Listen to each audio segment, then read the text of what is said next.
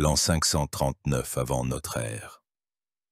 La nuit enveloppait Babylone, la plus grande cité du monde, de son manteau de velours parsemé de diamants d'étoiles. Mais en cette nuit, la ville ne dormait pas. Derrière les murailles titanesques, réputées imprenables, depuis le palais royal où festoyait le prince héritier Balthazar, s'élevaient des sons de musique, des rires et des chants enivrés. La cité célébrait. Elle était confiante en sa force, enfin oui, en ses dieux, en la puissance de ses murs et dans le fleuve Euphrate au cours abondant qui la traversait, telle une artère divine donnant la vie et servant de barrière infranchissable à tout ennemi. Derrière les murs, dans l'obscurité, se tenait une immense armée de Perses et de Mèdes, mais qui s'en souciait? Babylone avait survécu à des dizaines de sièges. Ses murs avaient vu les Assyriens, les Élamites, les Hittites, et tous étaient repartis les mains vides. Au palais, dans l'éclat de milliers de lampes à huile, Balthazar, fils du mystérieux et impopulaire roi Nabonide, leva une coupe d'or. Ce n'était pas une simple coupe. C'était un vase sacré, rapporté par son ancêtre Nabuchodonosor du temple pillé de la lointaine Jérusalem. L'héritier du trône, ses grands, leurs épouses et leurs concubines buvaient du vin dans ces récipients sacrés, défiant un dieu étranger, s'enivrant de leur propre puissance et de leur impunité. La ville était en sécurité, l'armée ennemie était à l'extérieur. Le fleuve Euphrate charriait ses eaux comme il l'avait fait des milliers d'années auparavant. Qu'est-ce qui pouvait mal tourner? Et à cet instant de blasphème et d'orgueil suprême, sur le mur plâtré de la salle royale, à la lueur des lampes, apparurent des lettres de feu. Une main invisible les traçait. La musique se tut. Les rires se figèrent sur les lèvres. Tous les regards se mettaient rivés au mur, où brûlaient des mots énigmatiques et sinistres. Men, men, tekel, upharsin. Une terreur glaciale et visqueuse s'empara des convives. Aucun des sages et des mages de Babylone ne put lire et interpréter ce message. Seul le vieux prophète juif Daniel, amené au palais, put en révéler le sens. Il déclara que ces mots signifiaient « compter, compter, peser, diviser ». Et il les interpréta ainsi. Dieu a compté le royaume de Balthazar et y a mis fin. Lui-même a été pesé dans la balance et trouvé trop léger. Et son royaume a été divisé et donné aux Mèdes et aux Perses. Cette nuit-là même, tandis que Balthazar et sa cour écoutaient leur sentence, le fleuve Euphrate, protecteur de Babylone, devint son traître. Loin en amont, sur l'ordre du roi ennemi, des milliers de guerriers avaient creusé un canal, détournant les eaux du fleuve dans un autre lit. Le niveau de l'eau dans la ville chuta. Le lit, qui passait sous les murs, se dénuda, se transformant en un passage large et boueux, et par ce passage, dans un silence total, sous le couvert de la nuit festive, au cœur de la cité imprenable, entrèrent les soldats perses. Ils n'assaillirent pas les murs, ils entrèrent simplement. Babylone tomba sans qu'une seule épée n'ait frappé ses portes. Balthazar fut tué. Le plus grand empire de son temps cessa d'exister. L'homme qui avait conçu et réalisé ce plan génial et audacieux n'était pas un conquérant ordinaire. Il s'appelait Kourouch. Les Grecs l'appelleront Cyrus. L'histoire ajoutera à son nom l'épithète de grand. Il était celui que le prophète Daniel avait appelé le libérateur. Il était celui qui se tenait au centre du tourbillon naissant qui allait changer la carte du monde antique jusqu'à la rendre méconnaissable. Il créera un empire que le monde n'avait encore jamais vu, la première superpuissance mondiale, s'étendant de l'Inde à la Grèce. Mais sa grandeur se mesurera non seulement à la taille des terres conquises. Il proposera au monde un nouveau modèle de gouvernement, fondé non pas sur la peur et la destruction, mais sur la clémence, la tolérance et le respect des peuples soumis. Ce récit est sur lui, sur l'homme dont la naissance fut enveloppée de légendes et dont la mort devint un sujet de controverse. Sur le roi que la Bible nomme loin de Dieu, et les historiens grecs le souverain idéal. Pour comprendre qui était cet homme et comment il réussit à se hisser au sommet du monde, nous devons entreprendre un long voyage de plusieurs heures.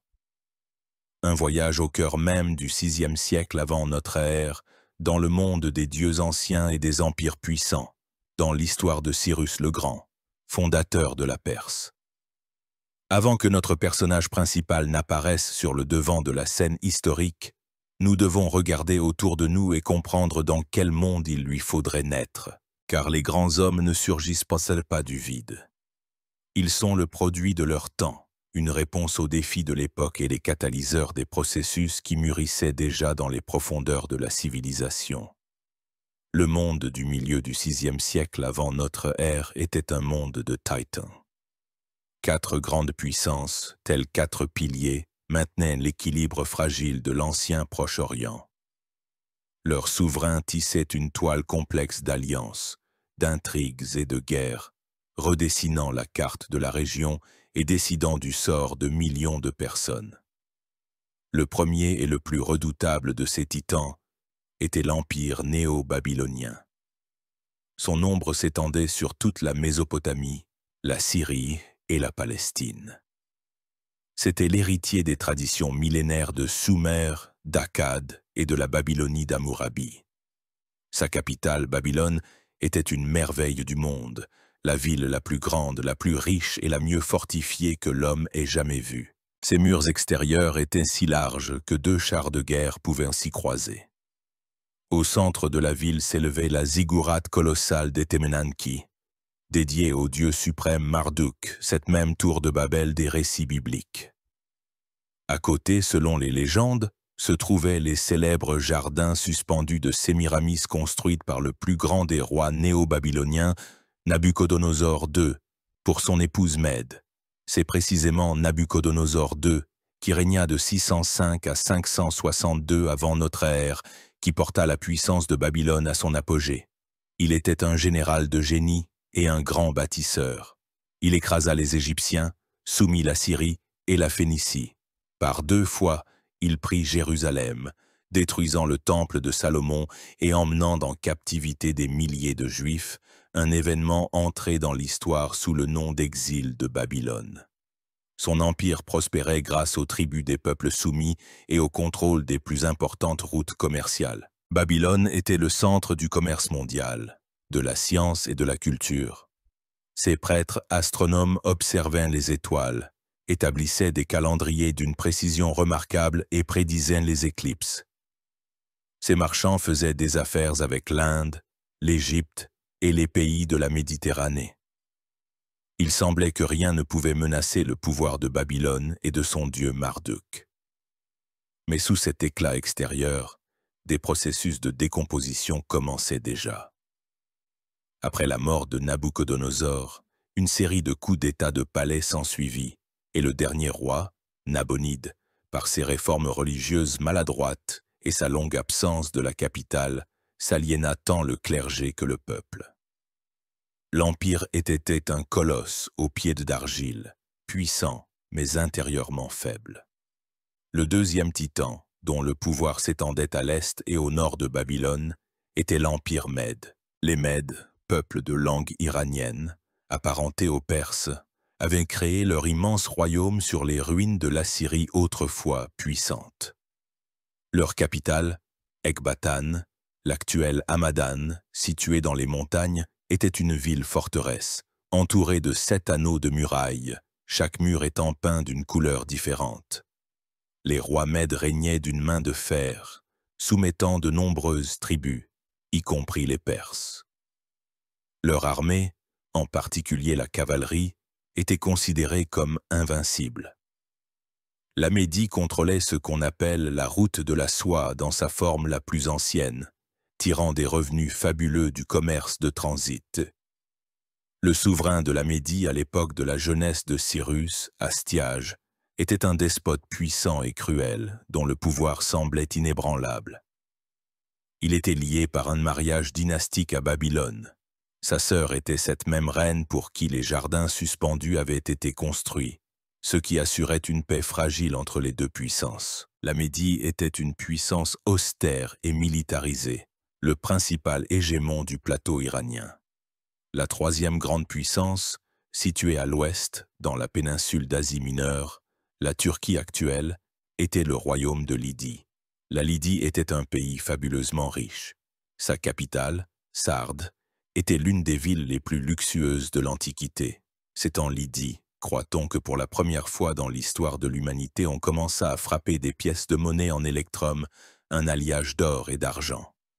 Les rivières de Lydie charriaient dans leurs eaux du sable aurifère, et le nom du dernier roi lydien, Crésus, devint synonyme de richesse inouïe. Crésus avait soumis toutes les cités-états grecques de la côte d'Asie mineure, les forçant à payer un tribut, mais sans s'ingérer dans leurs affaires intérieures. Il était connu pour sa générosité, faisant d'énormes dons aux temples grecs, en particulier au célèbre temple d'Apollon à Delphes, où l'oracle donnait ses prédictions obscures. L'armée lydienne, en particulier sa cavalerie lourde, était considérée comme l'une des meilleures du monde.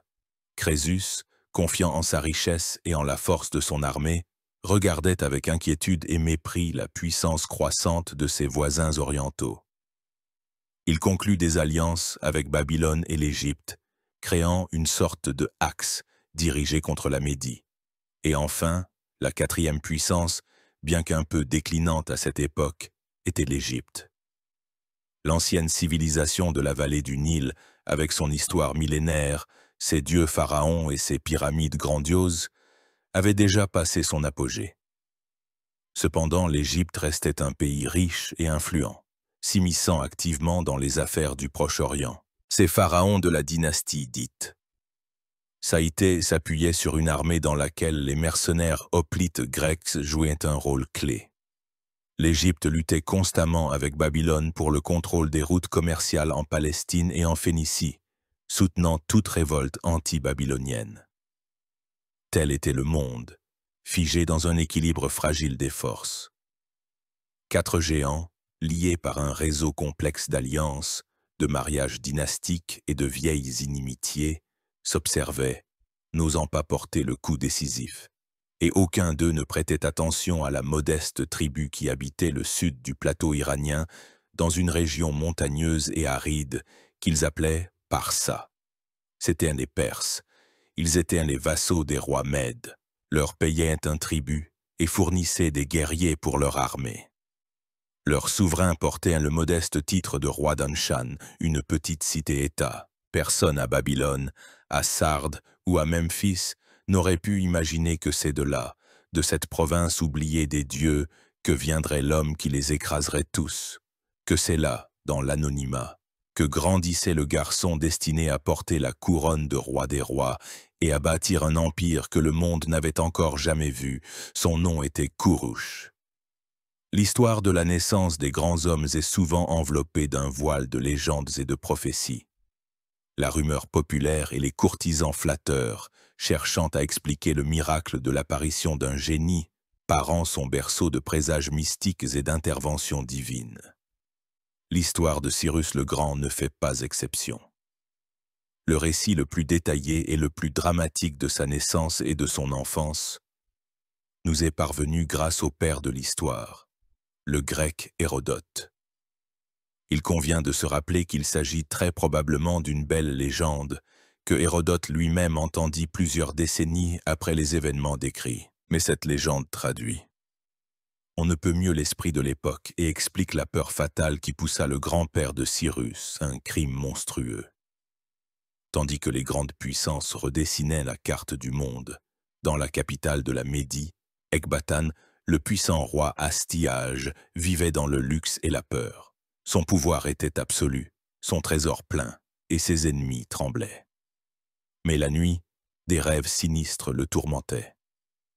Un jour, il rêva que sa fille, Mandane, avait uriné une si grande quantité d'eau qu'elle avait inondé non seulement sa capitale, mais toute l'Asie. Réveillé en sueur froide, le roi convoqua ses prêtres mages, interprètes des songes. Après avoir écouté Astyage, les mages rendirent leur verdict. Ce rêve signifie que le fils de Mandane, son propre petit-fils, le détrônera un jour et deviendra le maître de l'Asie.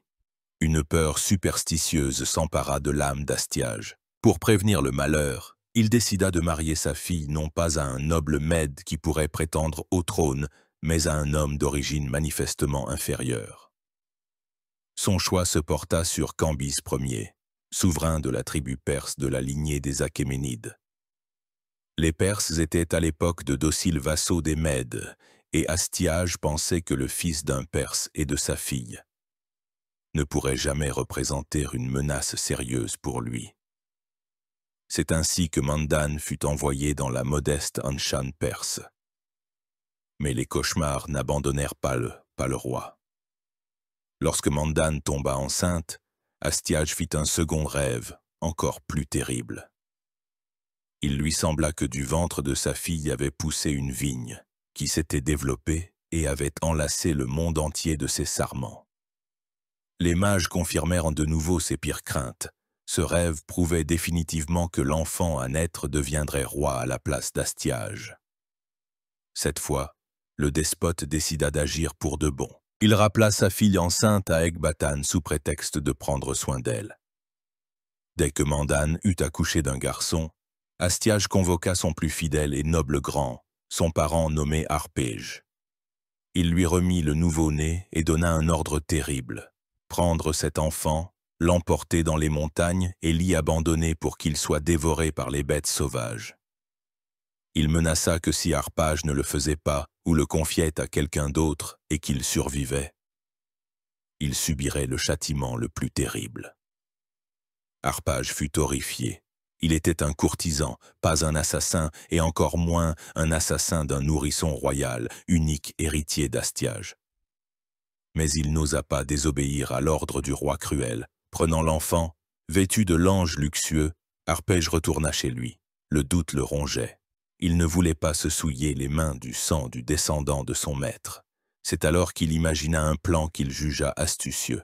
Il convoqua l'un des bergères du roi, nommé Mithradatès, dont les pâturages se trouvaient dans les montagnes les plus sauvages et les plus reculées, où abondaient les prédateurs.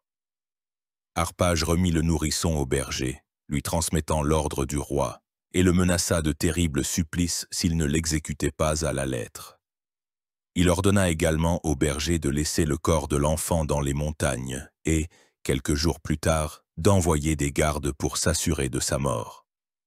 Le berger Mithradatès prit le nourrisson et se rendit à sa cabane dans les montagnes. Mais c'est là que le destin intervint. Il se trouva que la femme du berger nommée Spako, ce qui en langue mède, selon Hérodote, signifie « chienne », venait de donner naissance à un enfant mort-né. En voyant le bel enfant en bonne santé dans ses riches vêtements et en apprenant l'ordre cruel du roi, la femme fondit en larmes et supplia son mari de ne pas tuer l'enfant. Elle lui proposa un plan d'une simplicité géniale. Montrer aux gardes le corps de leur fils mort-né et élever l'enfant royal comme le leur. Après de longues hésitations, le berger accepta. Il changea les vêtements du nourrisson Cyrus pour des habits simples et vêtit son propre fils mort des langes luxueux et l'exposa dans les montagnes. Lorsque les gardes d'Harpage arrivèrent, ils virent le corps de l'enfant mort et, convaincus que l'ordre avait été exécuté, le rapportèrent à leur maître. Harpage, à son tour, rapporta à Astyage que son petit-fils était mort.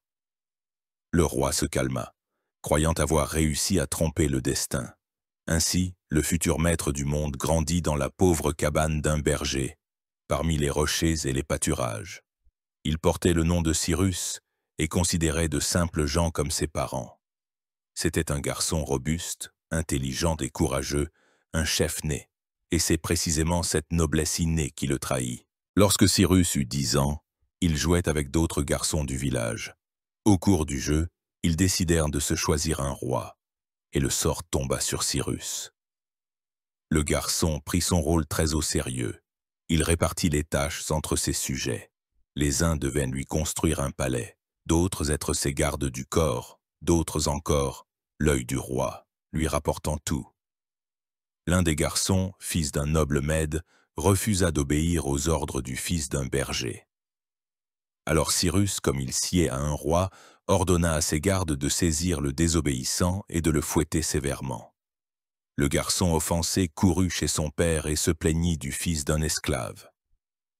Le noble, furieux d'une telle audace, se rendit immédiatement chez le roi Astiage et exigea que le coupable soit puni. Astiage ordonna qu'on lui amène le berger et son fils. Lorsque Cyrus se présenta devant le roi, celui-ci lui demanda comment lui, fils d'un simple homme, avait osé traiter ainsi le fils d'un noble. C'est alors que le garçon de 10 ans répondit avec une dignité royale qui stupéfia Astiage. Il dit qu'il l'avait traité selon son droit, car les garçons l'avaient choisi pour roi, parce qu'il leur avait semblé le plus digne. Mais l'autre avait désobéi à son ordre, et c'est pour cela qu'il avait été puni. Et si pour cela il méritait un châtiment, il était prêt à le recevoir. Astiage fut frappé. Les traits du garçon, sa manière autoritaire de parler, quelque chose d'insaisissable dans son regard lui semblèrent familiers. Il se souvint soudain de son petit-fils. En comptant les années, il comprit que l'âge du garçon correspondait exactement à celui de l'enfant qu'il avait ordonné de tuer. Le roi renvoya tout le monde, ne gardant que le berger. Sous la menace de la torture, le vieil homme ne tint pas et raconta toute la vérité. La colère d'Astiage fut terrible, mais elle ne se dirigea pas contre son petit-fils, mais contre Harpage qui l'avait trompé. Le roi décida de se venger de son grand, avec une cruauté véritablement asiatique. Il fit semblant d'être heureux du salut de son petit-fils et de pardonner à Harpage. Il organisa un festin en l'honneur de cet événement et demanda à Harpage d'y envoyer son fils unique de 13 ans pour qu'il devienne le compagnon de jeu du prince retrouvé. Harpage, ne se doutant de rien, exécuta la demande avec joie. Mais au festin, alors qu'Harpage était déjà rassasié, Astiage, avec un sourire sardonique, lui demanda s'il avait apprécié le repas. Lorsque Harpage répondit que oui, les serviteurs apportèrent un plat couvert. Sous le couvercle se trouvaient la tête, les mains et les pieds coupés du fils d'Harpage. Tout le reste, comme le lui expliqua le roi, il venait de le manger. Harpage, en voyant cela, ne changea pas d'expression et répondit seulement avec soumission que tout ce que fait le roi est bien. Mais à partir de ce moment, une soif de vengeance féroce et dévorante s'installa dans son âme. Quant à Cyrus, Astiage convoqua de nouveau les mages. Il leur raconta l'histoire du jeu du roi et leur demanda si la prophétie était toujours valable. Les mages, peut-être pour sauver le garçon ou simplement pour rassurer le roi, déclarèrent que la prophétie s'était déjà accomplie.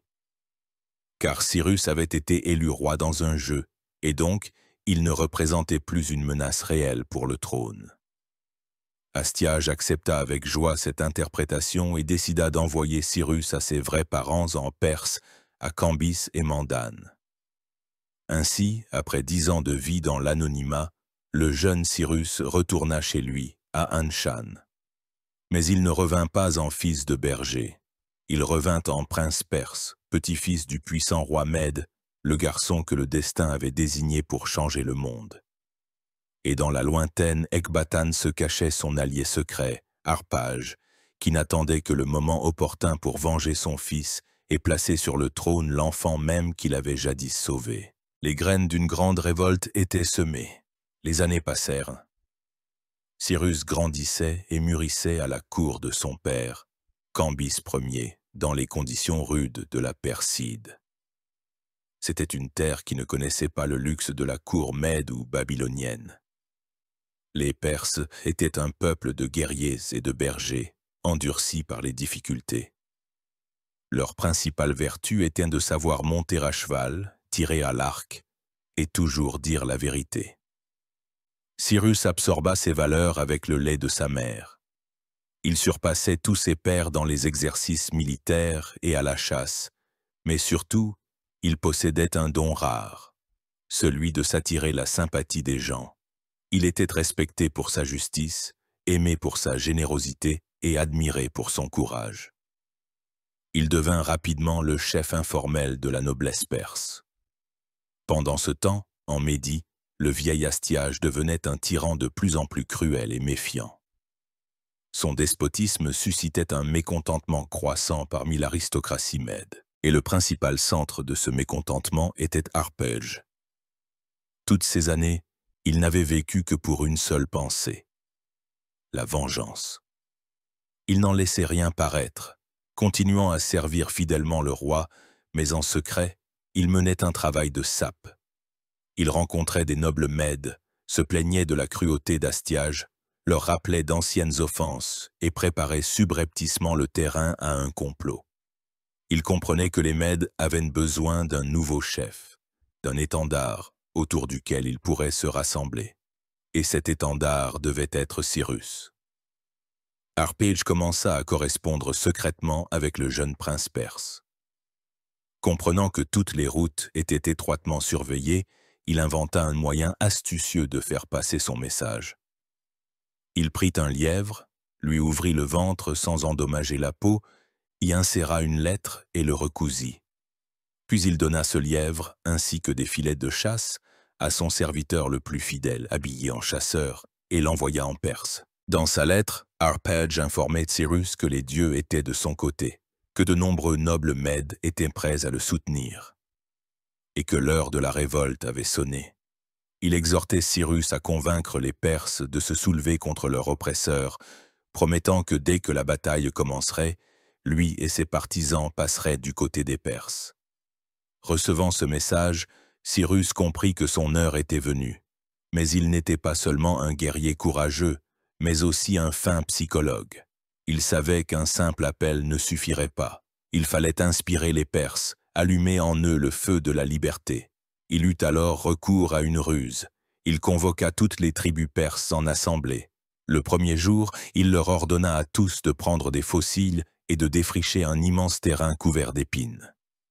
Toute la journée, les Perses travaillèrent sous un soleil de plomb, accomplissant une tâche épuisante et absurde. Le deuxième jour, Cyrus les rassembla de nouveau au même endroit.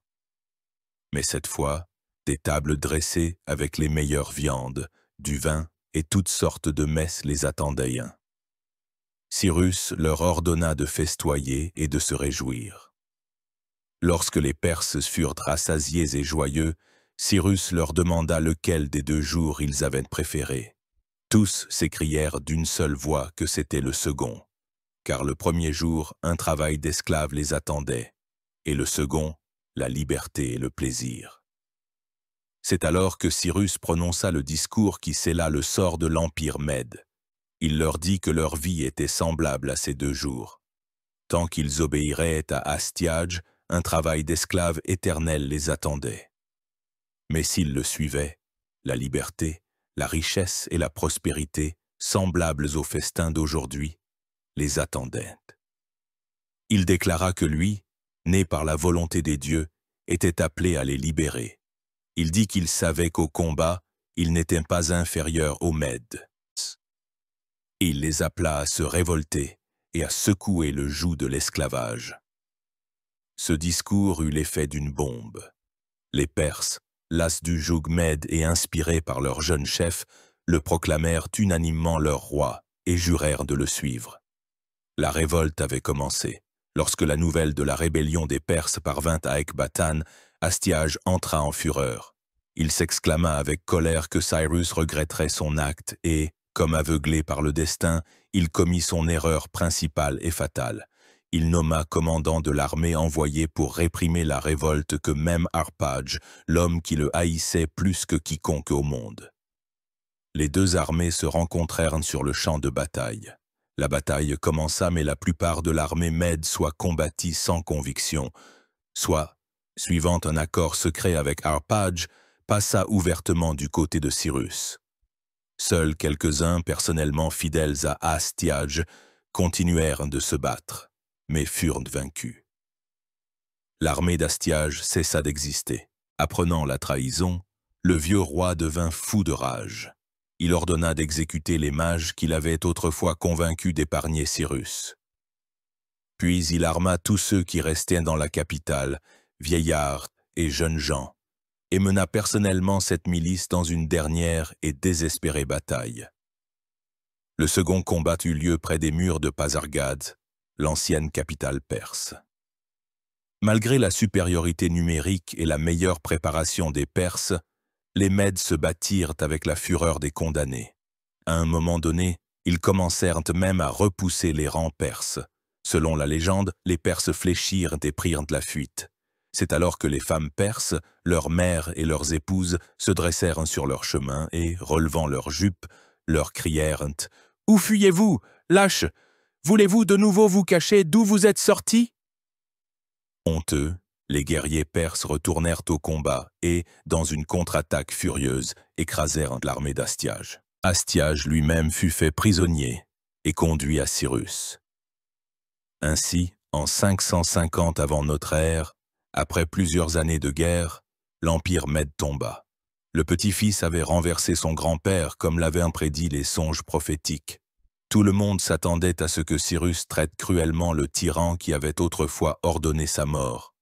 Mais c'est là que Cyrus manifesta pour la première fois ce trait de caractère qui stupéfiera tout le monde antique. Non seulement il laissa la vie sauve à Astiage, mais il le traita avec les honneurs. Il le garda à sa cour comme un prisonnier d'honneur, un conseiller et un membre de sa famille. Il ne détruisit pas Ecbatane, mais en fit l'une de ses capitales. Il n'humilia pas la noblesse mède, mais au contraire, la tira à son service, faisant des Mèdes des partenaires égaux des Perses dans la gestion du nouvel empire unifié.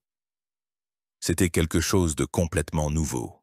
Jusqu'alors, les conquérants tuaient généralement les rois déchus, détruisaient les villes et réduisaient la noblesse en esclavage.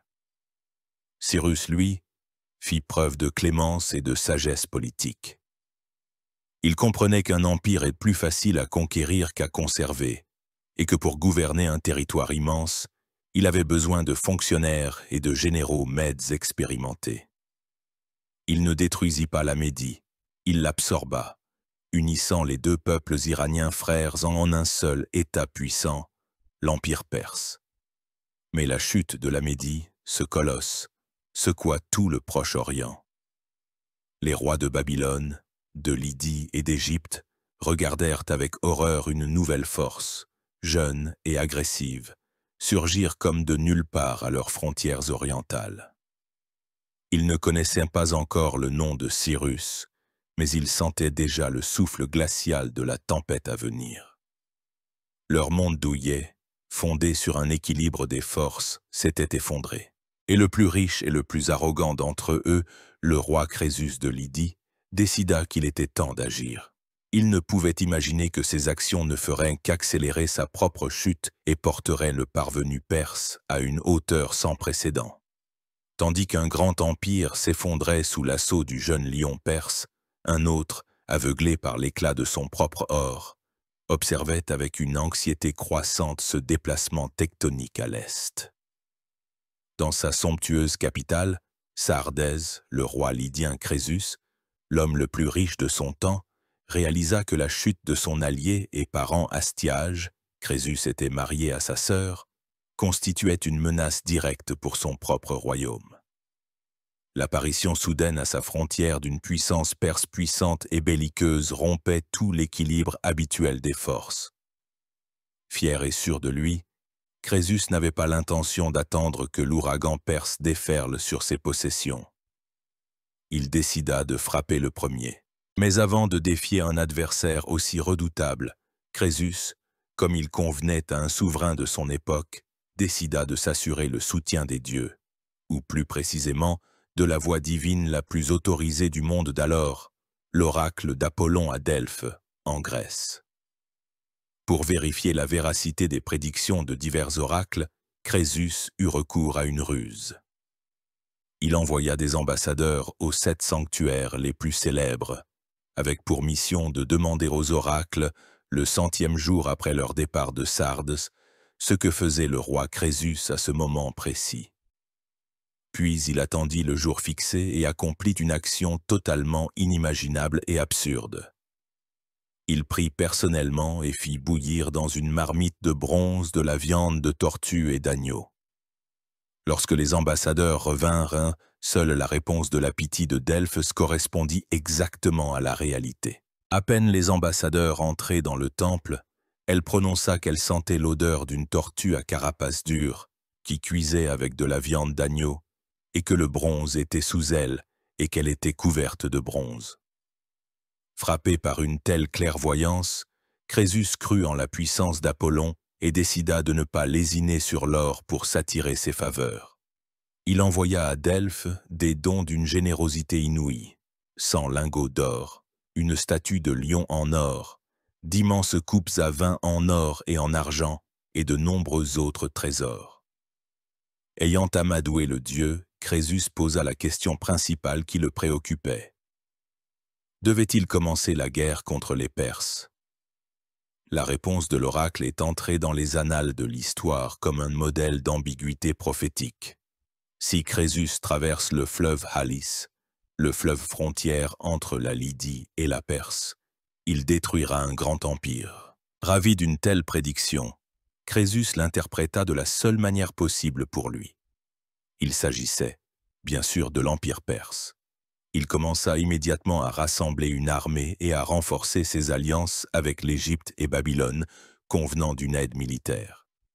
À l'automne 547 avant notre ère, l'armée lydienne traversa le fleuve Halys et envahit la Cappadoce, ancienne province mède, appartenant désormais à Cyrus.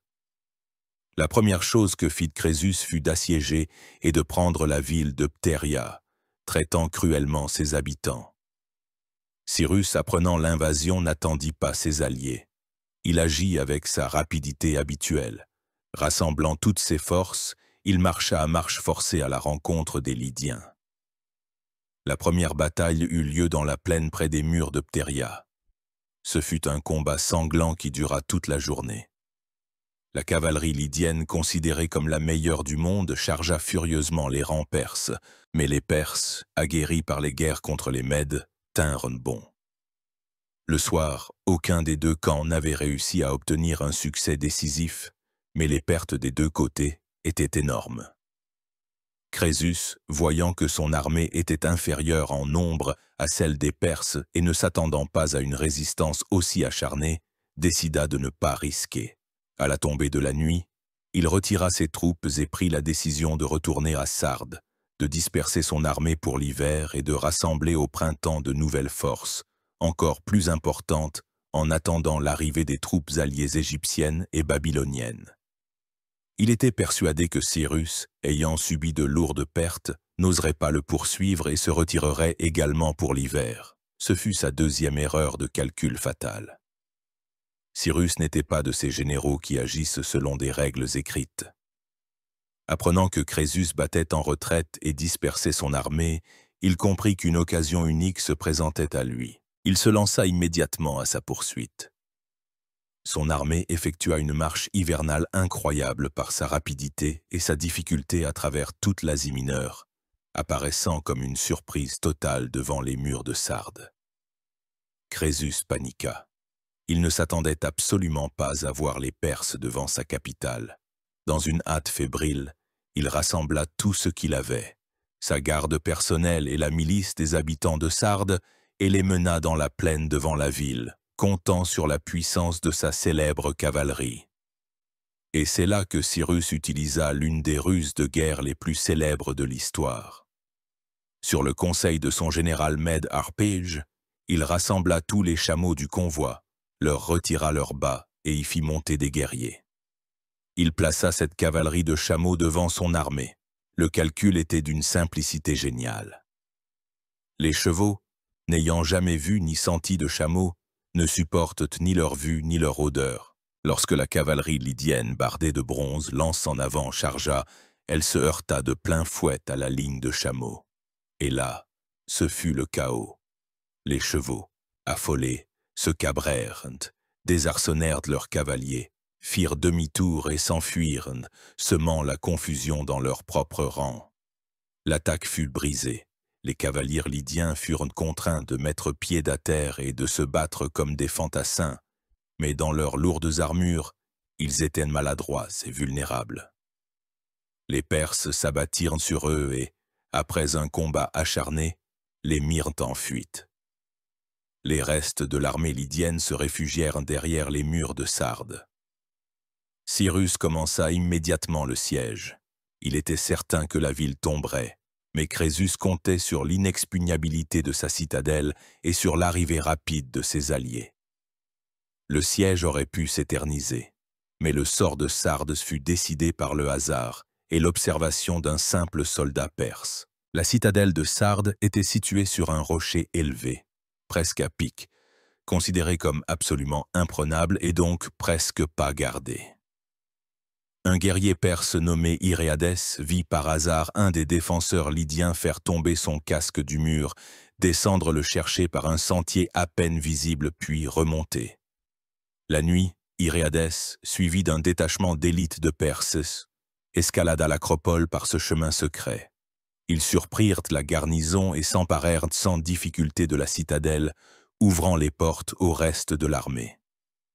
Ainsi, après seulement 14 jours de siège, tomba Sardès, l'une des plus riches capitales du monde. Crésus fut fait prisonnier. Son sort ultérieur est décrit par Hérodote dans l'une des scènes les plus dramatiques de son Histoire. Cyrus ordonna de construire un immense bûcher funéraire et d'y placer Crésus prisonnier avec 14 jeunes Lydiens. Alors que le bûcher était déjà allumé et que les flammes commençaient à lécher ses bords, Crésus, contemplant sa grandeur déchue, se souvint des paroles du sage grec Solon, qui lui avait dit un jour que personne ne peut être appelé heureux avant sa mort.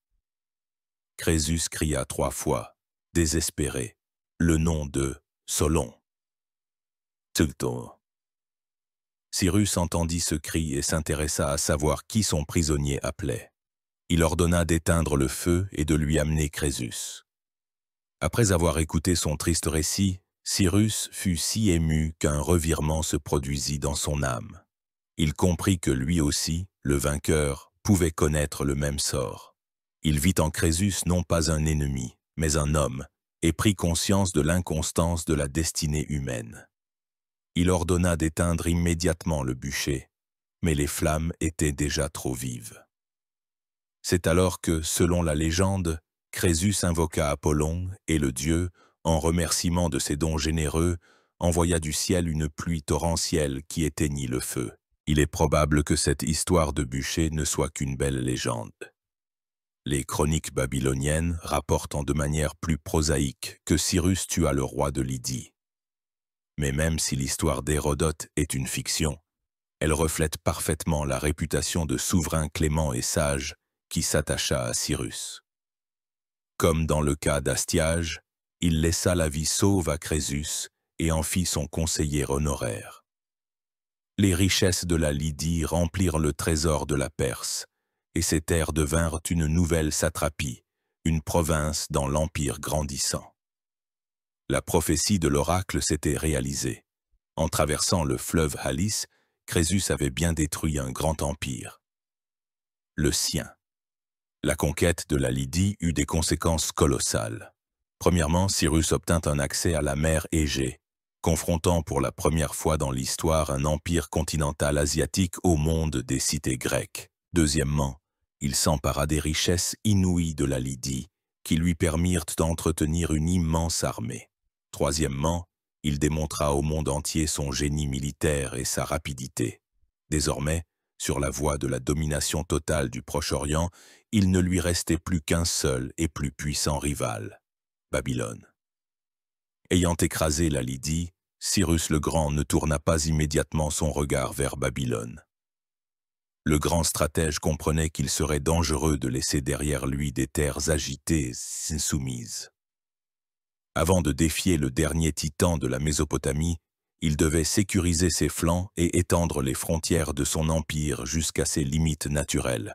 La décennie suivante, de 546 à 539 avant notre ère, fut une période de campagne militaire quasi ininterrompue, au cours desquelles l'empire perse s'agrandit jusqu'à des dimensions sans précédent, et le nom de Cyrus devint connu des rives de la Grèce aux steppes de l'Asie centrale.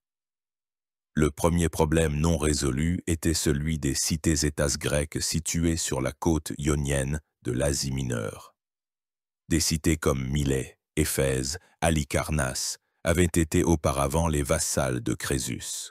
Après sa chute, elles se trouvèrent désemparées. D'une part, Elles étaient heureuses de s'être débarrassées de la domination lydienne.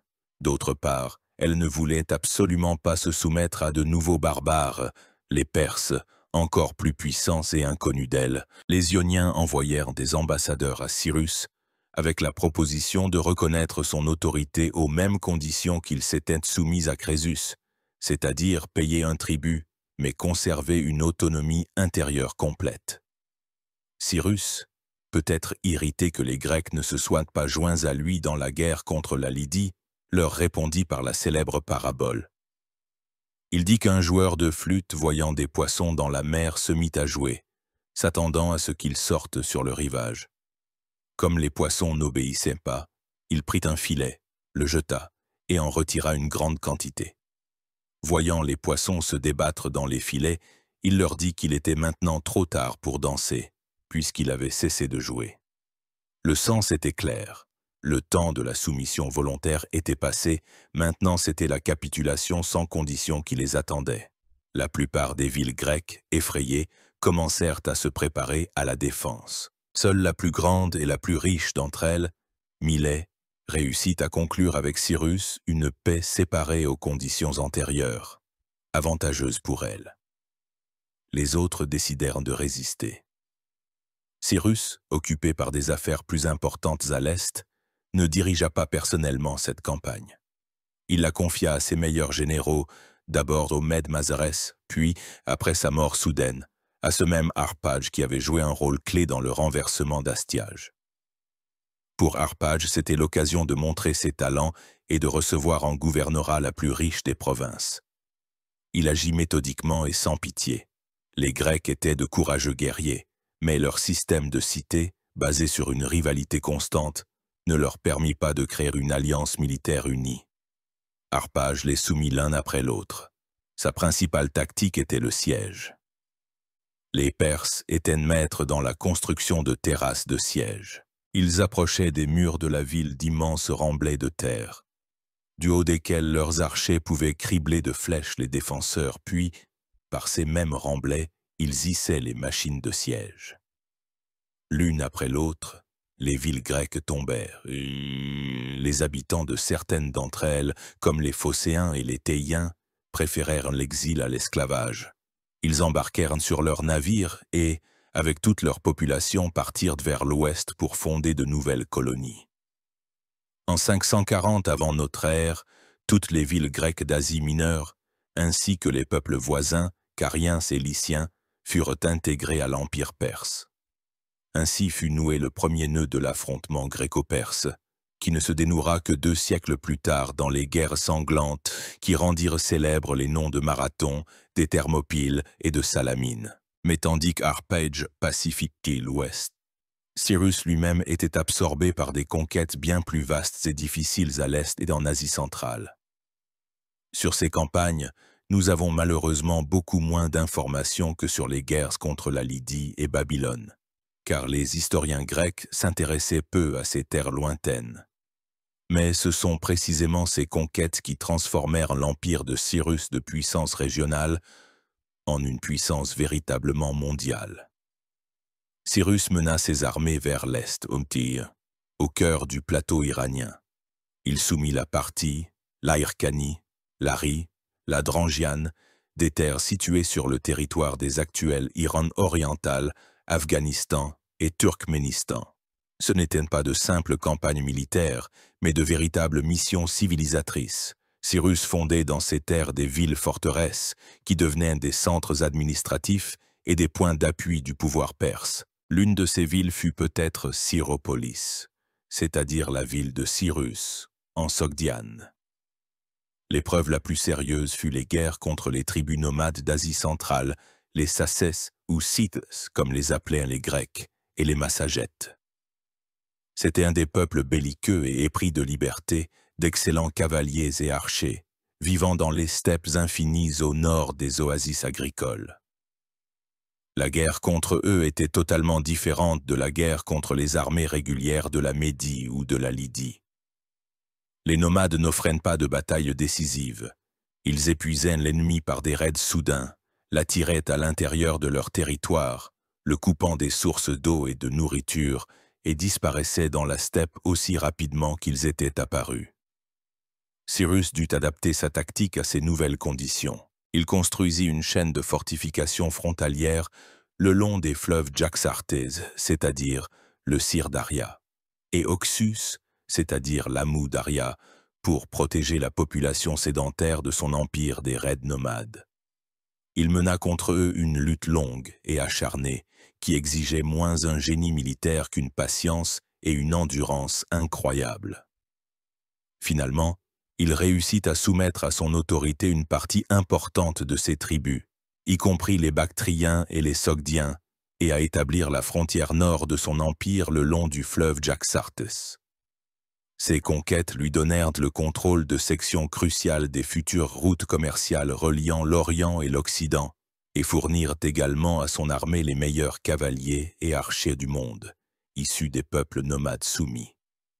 En 539 avant notre ère, l'empire de Cyrus le Grand avait atteint ses dimensions maximales. Il s'étendait de l'Ionie à l'ouest à la Bactriane et aux frontières de l'Inde à l'est, des montagnes du Caucase au nord au golfe Persique au sud. C'était le plus grand État qui ait jamais existé sur la planète. Tous ses anciens rivaux avaient été soit écrasés, soit transformés en vassaux. Il ne restait plus qu'un dernier bastion, une perle sans laquelle le tableau de la grandeur impériale serait incomplet. La fière et fabuleusement riche Babylone antique. Rassemblant toutes les forces de son immense empire, des hoplites grecs de l'ouest aux archers à cheval Sacès de l'est, Cyrus le Grand entama sa dernière et plus célèbre campagne. L'heure de Babylone avait sonné. On aurait dit que l'air même était électrisé par l'attente de l'affrontement décisif. Deux mondes, deux civilisations, deux idéologies s'opposaient. D'un côté Babylone, héritière des cultures sémitiques millénaires de la Mésopotamie, avec ses dieux anciens, sa hiérarchie sacerdotale complexe et sa foi en l'invulnérabilité de ses murs. De l'autre, le jeune et dynamique empire perse, créé par la volonté d'un seul homme, unissant des dizaines de peuples et porteur d'une nouvelle énergie aryenne et de conceptions religieuses différentes. Au centre de cette confrontation se trouvaient deux figures, deux rois, qui étaient des opposés complets l'un de l'autre. Le dernier roi de l'empire néo-babylonien, Nabonide, était pour le moins qu'on puisse dire un souverain étrange. Il n'était ni un général ni un homme politique. Il était plutôt un savant antiquaire et un réformateur religieux. Il s'intéressait peu aux affaires de l'État, mais se consacrait avec passion aux fouilles d'anciens temples, essayant de restaurer leur aspect originel et des rituels oubliés. Sa principale passion était le culte du dieu de la lune Sen, vénéré dans sa ville natale de Haran. Nabonide tenta de placer Saint au-dessus du dieu suprême de Babylone, Marduk, ce qui provoqua une opposition et une haine féroce de la part du puissant et influent clergé de Marduk. De plus, Nabonide passa la majeure partie de son règne non pas dans la capitale, mais dans l'oasis lointaine de Taïma en Arabie, laissant le gouvernement de Babylone à son fils Balthazar. Cette longue absence et ces innovations religieuses le rendirent extrêmement impopulaire tant auprès des prêtres que du peuple simple. La société babylonienne était divisée et démoralisée. Cyrus, au contraire, était un maître non seulement de la guerre, mais aussi de la propagande. En se préparant à la campagne, il lança une puissante campagne idéologique. Ses agents inondèrent la Babylonie, répandant des rumeurs et des proclamations. Dans celle-ci, Cyrus était présenté non pas comme un conquérant étranger, mais comme un libérateur, choisi par le dieu Marduk lui-même pour rétablir l'ordre et la justice. Il promettait aux Babyloniens la paix, la stabilité et surtout le retour au culte traditionnel. Il promettait de respecter leurs dieux, leurs temples et leurs coutumes. Cette propagande tombait sur un terrain fertile. De nombreux Babyloniens, en particulier les prêtres de Marduk, étaient prêts à voir en Cyrus un moindre mal par rapport à leur propre roi hérétique. À l'été 539 avant notre ère, l'armée perse, telle une avalanche dévastatrice, envahit la Mésopotamie. Nabonide revint enfin de sa retraite arabe pour diriger la résistance. La bataille décisive eut lieu près de la ville d'Opis sur le Tigre. L'armée babylonienne fut complètement écrasée. La voie vers le sud, vers Babylone même, était ouverte. Bientôt, la grande ville de Sippar tomba sans combat. Nabonide s'enfuit, abandonnant sa capitale à son sort. Maintenant, la dernière et la plus difficile tâche se présentait à Cyrus: prendre Babylone. La ville était une véritable forteresse, une merveille de l'art de la fortification de l'époque. Elle était entourée d'une double enceinte de murs, extérieur et intérieur. Le mur extérieur, selon Hérodote, mesurait plus de 20 mètres de haut et possédait 100 portes de bronze. La ville était traversée par le fleuve Euphrate, et le long des deux rives à l'intérieur de la ville s'élevaient également de puissants murs avec des portes donnant sur le fleuve. Les réserves de nourriture à Babylone, selon les calculs de ses défenseurs, pouvaient durer 20 ans de siège. Un assaut direct d'une telle ville aurait été suicidaire et aurait entraîné d'énormes pertes. Cyrus le comprenait. Il établit son camp autour de la ville, mais ne tenta même pas de commencer l'assaut. Il attendit. Les Babyloniens, confiants dans leur sécurité, se moquaient de lui depuis les murs. Ils organisaient des fêtes et des festins, affichant leur mépris pour l'ennemi. C'est lors d'un de ces festins, organisé par Balthazar, que se produisit la célèbre scène de l'écriture de feu sur le mur, décrite dans le livre biblique du prophète Daniel. Et tandis que la noblesse babylonienne festoyait, les ingénieurs de Cyrus travaillaient sans relâche. Son plan était d'une simplicité et d'une audace géniales. Il remarqua qu'en amont de la ville, plusieurs canaux se jetaient dans l'Euphrate, menant à un grand lac asséché qui avait été autrefois creusé à des fins d'irrigation. Cyrus ordonna à ses guerriers d'approfondir et d'élargir ces canaux. Une nuit, alors qu'une grande fête religieuse se déroulait dans la ville et que la vigilance des défenseurs était relâchée, les Perses détruisirent la digue qui séparait le fleuve des canaux. Le puissant flot de l'Euphrate se déversa vers le lac. Le niveau de l'eau dans le lit du fleuve qui traversait la ville commença à baisser rapidement. Bientôt, il atteignit le genou d'un homme, comme l'écrit Hérodote. Le fleuve, qui était la principale défense de Babylone, se transforma en une route ouverte vers son cœur même. 2 détachements d'élite perse, commandés par les généraux Gobrias et Gadatas, entrèrent dans la ville par le lit asséché, des 2 côtés, du nord et du sud. La ville était en pleine liesse festive. Les habitants des faubourgs, entendant le bruit et les cris, ne comprirent même pas ce qui se passait, pensant que cela faisait partie de la fête. Les Perses se dirigèrent vers le centre de la ville, ne rencontrant pratiquement aucune résistance. Les portes donnant sur le fleuve avaient été laissées ouvertes par négligence. Ce n'est que près du palais royal qu'un petit combat s'engagea. Balthazar et ses gardes du corps, entendant le bruit, sortirent à leur rencontre mais furent immédiatement tués. Ainsi, en octobre 539 avant notre ère, tomba Babylone. La plus grande ville du monde fut prise pratiquement sans combat et sans effusion de sang, grâce à une solution d'ingénierie géniale et à la décomposition totale de la classe dirigeante babylonienne. Quelques jours plus tard, Cyrus lui-même entra solennellement dans la ville soumise, un libérateur. Il tint entièrement toutes ses promesses. Il n'y eut ni pillage, ni meurtre, ni destruction. Cyrus publia immédiatement un décret garantissant à tous les habitants la sécurité, la conservation de leurs biens et la liberté de culte. Il participa personnellement à une cérémonie religieuse au temple de Marduk, prenant la main de la statue du dieu, ce qui était un rituel traditionnel des rois babyloniens lors de leur couronnement. Par ce geste, il montra qu'il n'était pas un conquérant étranger, mais le successeur légitime des anciens rois de Mésopotamie. C'est alors à Babylone que fut créé l'un des documents les plus étonnants de l'Antiquité, le fameux cylindre de Cyrus. C'est un petit cylindre d'argile, couvert d'écritures cunéiformes acadiennes au nom de Cyrus lui-même. Dans ce texte, que beaucoup considèrent comme la première déclaration des droits de l'homme de l'histoire, Cyrus proclame ses principes de gouvernement.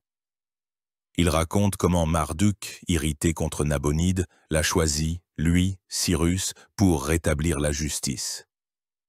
Il énumère ses actes, le retour des statues des dieux dans leur temple d'origine, l'abolition des travaux forcés pour les habitants de Babylone et, le plus important, l'autorisation à tous les peuples déportés qui avaient été déplacés de force en Mésopotamie par les rois assyriens et babyloniens de retourner dans leur patrie et de reconstruire leur sanctuaire. Ce décret eut une importance énorme pour l'un de ces peuples, les Juifs. Après près de 70 ans d'exil à Babylone, ils eurent ainsi la possibilité de retourner en Judée et de reconstruire leur temple à Jérusalem.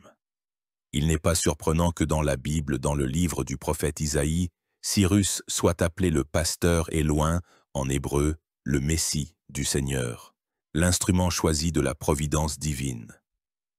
La chute de Babylone fut le couronnement des conquêtes de Cyrus.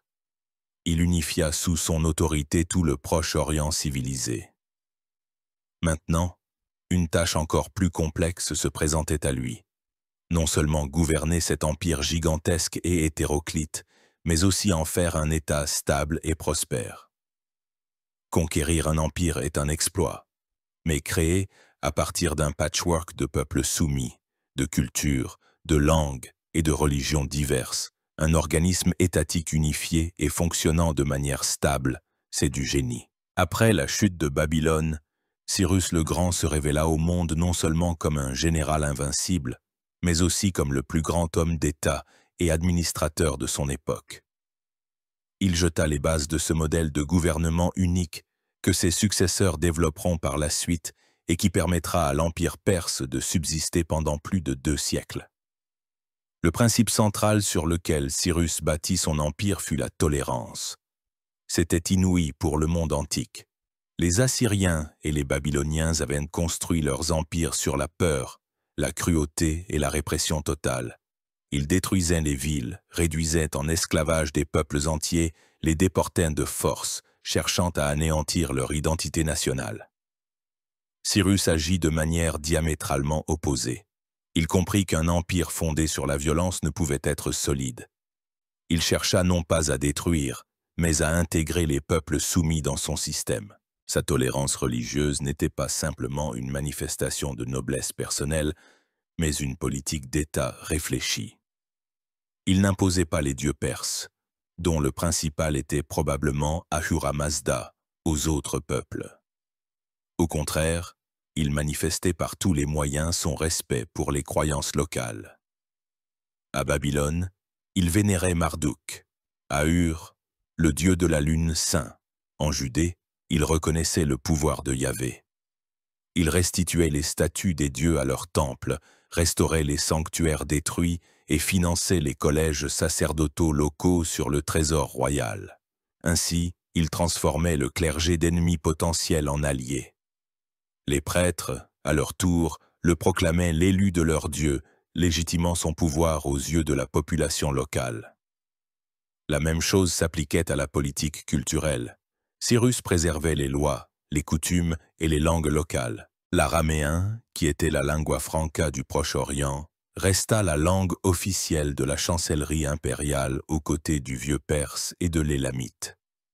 La noblesse locale, si elle reconnaissait son autorité, non seulement n'était pas anéantie, mais était associée au gouvernement de ses propres territoires. Cyrus comprenait que l'Égypte serait mieux gouvernée par un Égyptien et la Babylonie par un Babylonien. Cela créait chez les peuples soumis le sentiment non pas d'une soumission totale, mais plutôt d'une entrée dans une sorte de grande fédération supranationale sous l'autorité d'un monarque sage et juste. Pour gouverner son immense empire, Cyrus perfectionna et développa le système des satrapies. Le mot « satrape » vient du vieux perse « Ikshasapavan », qui signifie « protecteur du royaume ». Tout l'empire était divisé en grands districts militaro-administratifs, les satrapies. À la tête de chaque satrapie se trouvait un satrape, généralement nommé parmi la noblesse perse ou mède, et parfois parmi les représentants des familles aristocratiques locales. Le satrape détenait un pouvoir immense sur son territoire. Il percevait les impôts, rendait la justice, était responsable de l'économie et de la sécurité intérieure. En fait, il était un vice-roi. Cependant, pour prévenir le séparatisme et les abus, Cyrus créa un système génial de freins et de contrepoids. Le pouvoir du satrape était limité. Premièrement, à côté de lui se trouvait le commandant de la garnison militaire, qui ne dépendait pas du satrape, mais directement du roi. Ainsi, les pouvoirs civils et militaires étaient séparés. Deuxièmement, il y avait un troisième haut fonctionnaire, le chef de la chancellerie royale, qui était également indépendant du satrape et responsable des finances et de la communication avec le centre. Et enfin, un service secret fut créé, une sorte de renseignement impérial. Des inspecteurs spéciaux appelés les yeux et les oreilles du roi parcouraient toutes les provinces. Ils apparaissaient à l'improviste dans les satrapies, vérifiaient l'activité des fonctionnaires, écoutaient les plaintes de la population et rapportaient tout directement au monarque. Ce système complexe permettait de maintenir l'ordre et de contrôler d'immenses territoires. Un autre pilier de l'Empire fut une infrastructure magnifique. Cyrus comprenait que pour maintenir le pouvoir sur des espaces aussi vastes, des communications rapides et fiables étaient nécessaires. Il commença la construction de la célèbre route royale, un projet grandiose que Darius Ier achèvera plus tard.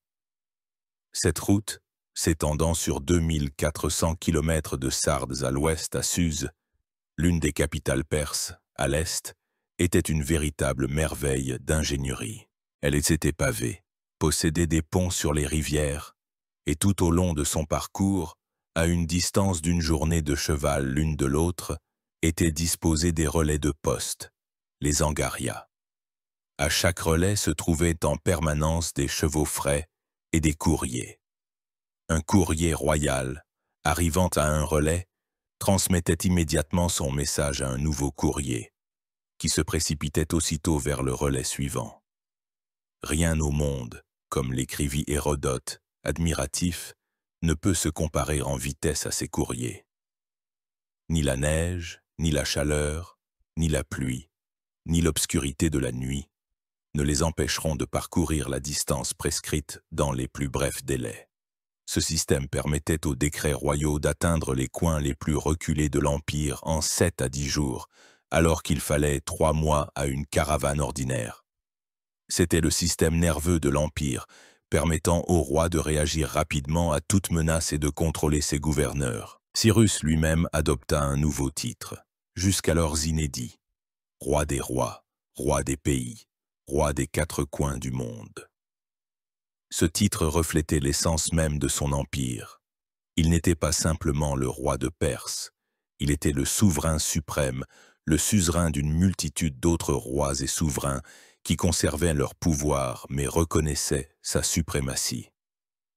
Sa capitale devint la ville de Pasargadae, fondée par lui à l'endroit même où il avait remporté la victoire décisive sur Astiage.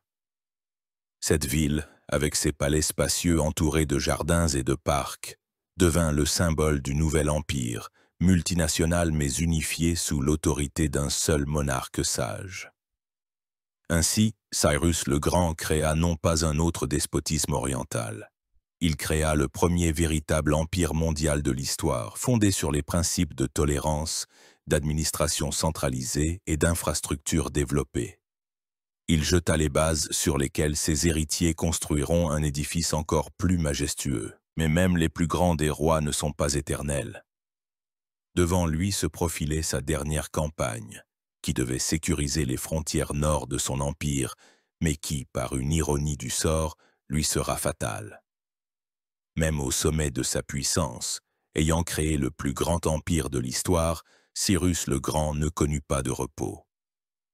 Tel un bon berger veillant sur son troupeau, il considérait comme son devoir d'assurer la sécurité des frontières de son empire.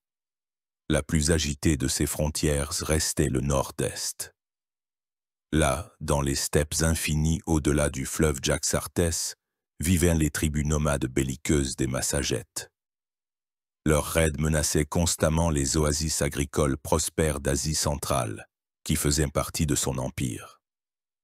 En 530 avant notre ère, Cyrus, déjà âgé mais encore plein de vigueur, décida d'en finir une fois pour toutes avec cette menace et mena une grande campagne contre les Massagètes. Et nous nous tournons à nouveau vers le récit d'Hérodote, qui colore la fin de la vie du grand roi de teintes tragiques et épiques. La souveraine des Massagètes à cette époque était une reine guerrière nommée Tomiris. Devenue veuve, elle dirigeait elle-même son peuple. Cyrus, s'approchant des frontières de ses possessions, tenta d'abord de parvenir à ses fins par la ruse. Il envoya à Tomiris des ambassadeurs avec une proposition de mariage, espérant ainsi annexer pacifiquement ses terres à son empire. Mais Tomiris, comprenant que Cyrus désirait non pas elle mais son royaume, rejeta cette proposition avec mépris. Alors Cyrus commença à se préparer à traverser le fleuve Jaxartès. Tomiris, confiante en la force de son peuple, lui envoya un message plein de fierté et de défis. Elle lui proposa soit de ne pas se donner la peine de construire des ponts et de lui permettre, à elle et à son peuple, de s'éloigner de 3 jours de marche du fleuve, afin qu'il puisse traverser tranquillement, soit de s'éloigner lui-même, afin qu'il puisse traverser sur ses terres. Cyrus réunit un conseil de guerre. La plupart des généraux perses conseillèrent d'accepter la proposition de Tomiris et d'attendre les Massagètes sur leur propre territoire. Mais le roi lydien captif Crésus, présent au conseil, donna un autre avis. Il proposa d'attirer les Massagètes dans un piège, traverser le fleuve, s'enfoncer dans leur territoire, puis laisser dans leur camp les guerriers les plus faibles, ainsi qu'un festin abondant avec beaucoup de vin non coupé. Avec ses forces principales, il conseillait de se replier vers le fleuve, affirmant que les Massagètes, peu habitués au vin, se jetteraient sur le festin, s'enivreraient et deviendraient une proie facile. Ce plan perfide plut à Cyrus. Il fit traverser son armée, tendit le piège comme Crésus l'avait conseillé, et se retira. Bientôt, un détachement de Massagètes, commandé par le fils de Tomiris elle-même, un jeune chef nommé Spargapizès, tomba sur le camp abandonné.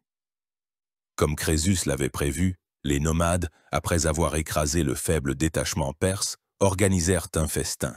Enivrés par ce vin inhabituel pour eux, ils s'endormirent bientôt. La nuit, les Perses revinrent et massacrèrent la plupart d'entre eux et firent prisonnier le prince Spargapizès lui-même.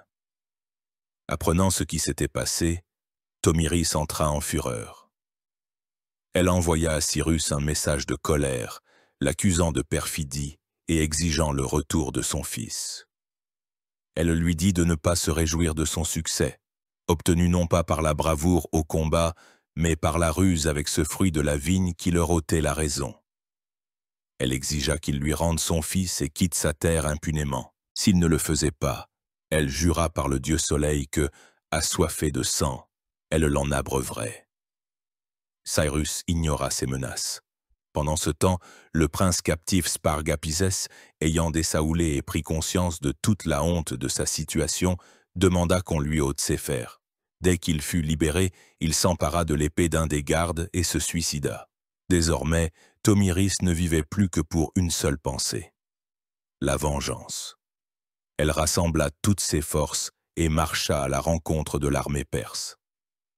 La bataille qui s'ensuivit, que selon Hérodote, fut la plus cruelle de toutes celles qui eurent jamais lieu entre barbares. D'abord, les adversaires se criblèrent de flèches à distance, jusqu'à épuisement de leurs munitions. Puis ils en vinrent au corps à corps. Les Massagètes se battirent avec une fureur désespérée et malgré la meilleure organisation et l'armement supérieur des Perses, ils réussirent à briser leur résistance.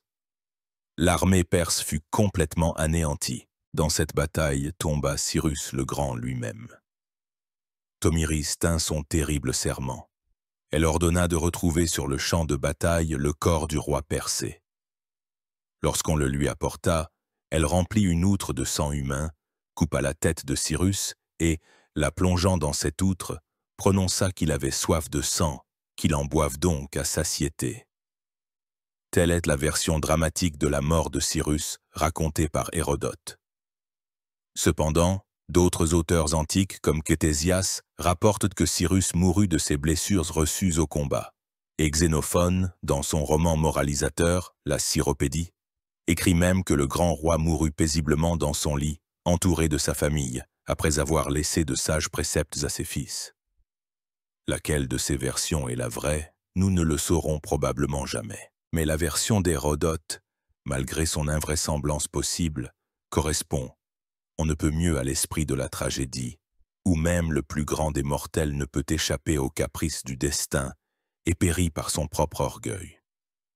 Le corps de Cyrus, d'une manière ou d'une autre, fut transporté en Perse et enterré avec les plus grands honneurs dans sa capitale, Pasargâz. Sa tombe a survécu jusqu'à nos jours. C'est une structure modeste mais majestueuse en calcaire blanc, reposant sur un socle à 6 degrés et surmontée d'un toit à 2 versants. Elle se dresse seule au milieu d'une plaine déserte, et dans sa simplicité se ressent la grandeur de l'homme qui y repose. Les auteurs antiques rapportent qu'une inscription était gravée sur la tombe, qui disait « Ô homme, je suis Cyrus, fils de Cambis, qui ai fondé l'empire perse et fut roi d'Asie. N'envie donc pas ce monument. » Cette tombe devint un lieu de pèlerinage. Même Alexandre le Grand, qui écrasa l'empire perse 2 siècles plus tard, traita la mémoire de son fondateur avec un profond respect. Visitant Pasargâz, il découvrit que la tombe avait été pillée. Entrant en fureur, il ordonna de retrouver et d'exécuter les coupables et de restaurer le tombeau lui-même. Le grand conquérant rendait hommage à un autre grand conquérant, qu'il considérait comme son maître. La mort de Cyrus le Grand sur le champ de bataille n'entraîna pas la désintégration de son empire. Les fondations qu'il avait jetées se révélèrent si solides que l'État qu'il avait créé subsista encore 2 siècles, devenant le berceau d'une grande civilisation et le théâtre d'événements grandioses de l'histoire mondiale. Son héritage se révéla bien plus durable que la vie d'un seul homme, fût-il le plus grand. En quoi consiste donc la grandeur de Cyrus? Pourquoi son nom, contrairement à ceux de nombreux autres conquérants antiques, a-t-il traversé les millénaires et suscite-t-il encore aujourd'hui non seulement la peur, mais aussi l'admiration? Sa grandeur réside avant tout dans le caractère révolutionnaire de son approche de la construction de l'État. Il fut le premier à comprendre que la véritable force d'un empire ne réside pas dans la cruauté, mais dans la justice. Non pas dans l'humiliation des vaincus, mais dans leur intégration. Son modèle d'empire multiculturel et tolérant sur le plan religieux, uni non pas par une unité ethnique ou religieuse, mais par une loyauté commune envers le trône et un système administratif efficace, devint un modèle pour de nombreux empires ultérieurs, y compris l'Empire romain. Il laissa une profonde empreinte dans la culture et la religion de nombreux peuples. Pour les Perses, il resta à jamais le père de la nation, le souverain idéal, dont le nom est encore une fierté dans l'Iran contemporain. Pour les Juifs, il devint une figure quasi messianique, le libérateur, l'instrument de la providence divine qui leur permit de retourner dans leur patrie et de faire revivre leur foi. Ces actes sont décrits en détail dans les pages de l'Ancien Testament, ce qui rendit son nom connu et vénéré dans tout le monde judéo-chrétien. Pour les Grecs, qui deviendront plus tard les pires ennemis de la Perse, Cyrus resta néanmoins une figure suscitant le respect. L'historien Xénophone écrivit un traité entier intitulé Cyropédie, c'est-à-dire l'éducation de Cyrus, qui n'était pas tant un ouvrage historique qu'un roman philosophique sur le souverain idéal. Cyrus y est présenté comme un modèle de sagesse, de courage, de modération et de justice.